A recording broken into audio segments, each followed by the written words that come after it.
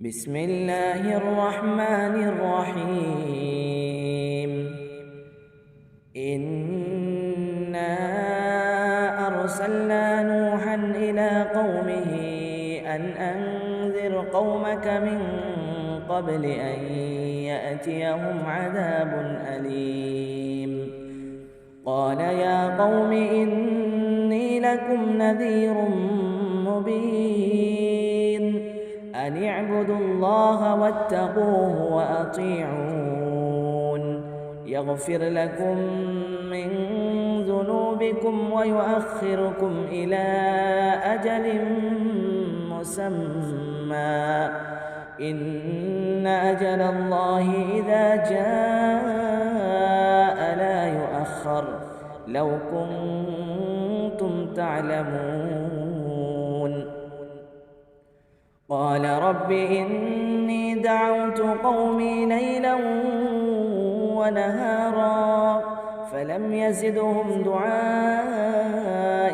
إلا فرارا وإني كلما دعوتهم لتغفر لهم جعلوا أصابعهم في آذانهم واستغشوا ثيابهم وأصروا استكبروا استكبارا ثم إني دعوتهم جهارا ثم إني أعلنت لهم وأسررت لهم إسرارا فقلت استغفروا ربكم إنه كان غفارا يرسل السماء عليكم مدرارا ويمددكم بأموال وبنين ويجعل لكم جنات ويجعل لكم أنهارا ما لكم لا ترجون لله وقارا وقد خلقكم أطوارا ألم تروا كيف خلق الله 7 سماوات طباقا وجعل القمر فيهن نورا وجعل الشمس سراجا والله أنبتكم من الأرض نباتا ثم يعيدكم فيها ويخرجكم إخراجا والله جعل لكم الأرض بساطا لتسلكوا منها سبلا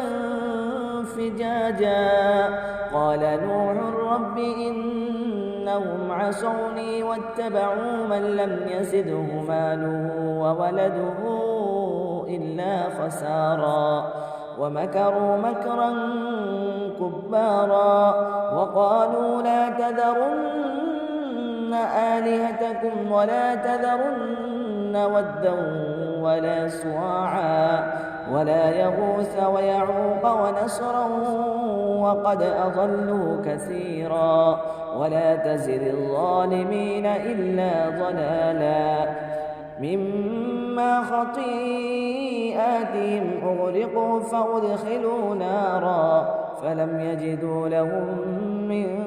دون الله أنصارا وقال نوح رب لا تذر على الأرض من الكافرين ديارا إنك إن